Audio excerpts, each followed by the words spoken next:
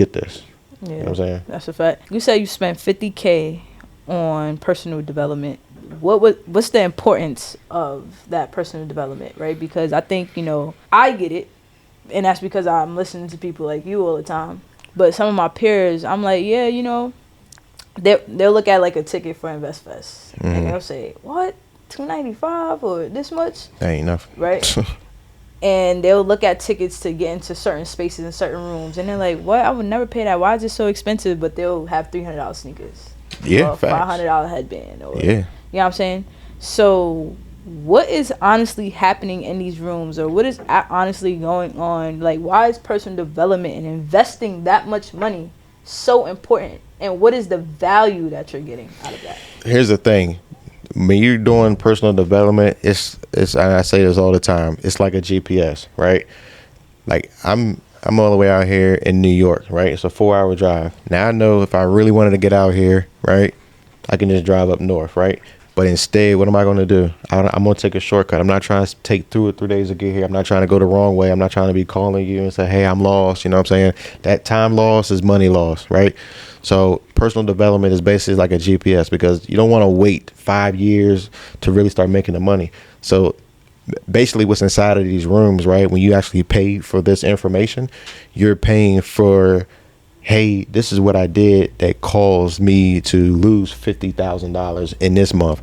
Hey, here is what don't work. Here is what's working in my multi-million-dollar business, right? It's the stuff that you're not going to find on YouTube, right? Most people, they don't want to spend no money, but you got to think about this theory, right? Billionaires spend millions to become billionaires. Millionaires spend thousands to become millionaires. But the mindset, it might sound bad, but broke people want to spend nothing but expect to be rich. Like I said, instead of that $297 to go to InvestFest, they'd rather go ahead and buy some sneakers. You know what I'm saying? But you don't do that first. You go out there and you find the things that's going to make you that passive income, right? And you can use that to pay for your fun things, your toys, your Balenciagas and all that stuff, So that's a fact. Yeah, that's a fact. it's and you just got to know how to justify the cost. Like I said, if I charge you $5,000 right now, and I can tell you how to make additional, even if I just show you how to make additional $5,000 a month, that should be the best investment that you ever did, because if you didn't spend that $5,000, you would still be making $1,000 a month. You know what I'm saying? So that was a bar that you said too. You said billionaires spend millions to make billions. Millionaires spend thousands to make millions, and broke people spend nothing to try to look rich. Yep. Well, they spending something, but they spending it on the wrong things. Stuff. Yeah. On the wrong things. They want to have the change to look good. You know what I'm saying? But it's not. Yeah. That's a fact. But give us. All right. I want you to give us a little cheat code. Give us a little sauce, right? So you spent the $50K, right? What are the top 3 things that you learned in your personal development journey, being in those rooms? Stop playing. You playing around too much. Like, you want to do something, you want to make the money, you want to build wealth because it look cool, but you're not serious, because you know what I got, and I got something for you. The Blueprint for Investing, Volume 1, created by me, Aaliyah Duah. It gives you a step-by-step guide on how to get started investing in the stock market. See, if you want to really build wealth, you got to put your money into things that's going to work for you, right? Because the job money cool, but you want to make the money work too.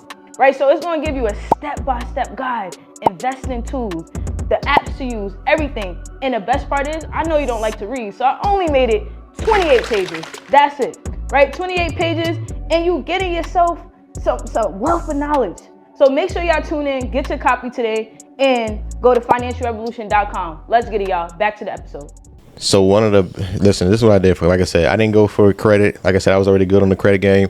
But for me, it was about building a team. So for the longest time, it was just me and 2 other people. I could just say it was 3. Well, I had 3 employees, right? So somebody said to me one day, they said, listen, because like I said, it might have been at this time, I was averaging anywhere between like 50. I don't even know, like saying numbers on here, but guess what? Who cares, right? I was making anywhere between like $50,000 to $65,000 a month, right? So somebody said to me, listen, would you rather make 100% of $50,000 a month, or would you rather make 10% of $1 million a month? So when I sat back and I thought about it, I said 10% of $1 million a month is 100,000. But it also means that I don't have to do the work. So imagine basically, like, the ultimate thing is what I'm saying is, like, building a team, getting people that can work for you, because you know you're only one person. Like you can only work for 80 hours. You know, don't try to do everything in your business. Don't be the marketer. Don't be, don't run your ads. Don't be your salesperson. You can't do everything, because you're not going to ever have a break. There's times that I used to work, and if a client call, like if they canceled a call, I'm actually happy that they canceled, because now I can go take a lunch break. Now I can, go use the bathroom real quick, right? I was working too much. I was working more than a person that's working 9 to 5. You know what I'm saying? But what I learned was that, listen, I said to myself, I said, listen, if I can make $50,000 a month, like me personally in my business, right? They say that you can find somebody that can be at least 80% of what you can be. Nobody's ever going to be as good as you. Nobody's going to ever have the passion that you have in your own business, because you built it, right? So if you can find somebody that's 80% of what you can do. So I just did some simple math. I said, okay, look, if I do 50K, if I can find somebody that can do $30,000 a month in sales, right? That's 80,000. Yep. So that's, you got 30,000, right? Now, if I hire, let's just say I hired 10 people, right? If I hired 10 people on my sales team, that's $300,000 in a month, right? Now, obviously, you got to payroll, you got to pay people, right? So if I'm paying them, $10,000, which is a lot, right? But I'm saying if they making 30, I'm paying them 10, that's a lot, right? So let's just say payroll for them is 100,000. They're bringing me in 300. That's $200,000 profit. Obviously, when you're running ads and stuff, you got to spend some money on ads, right? So let's just say ads cost, let's just say we go crazy and the other business expense costs 100,000. You still at $100,000, but guess what? Difference is I can sit back and I can do my own thing, right? So being able to leverage other people, being able to leverage, like for instance, like people like overseas, get yourself some virtual assistants, right? Like that's one of the biggest things that I really got out of that, really, and just how to run an actual a system, putting automations in place. Again, AI is among us. Like you got to keep up with the times. So, what used to work last year, don't work this year. Stop playing. You playing around too much. Like want to do.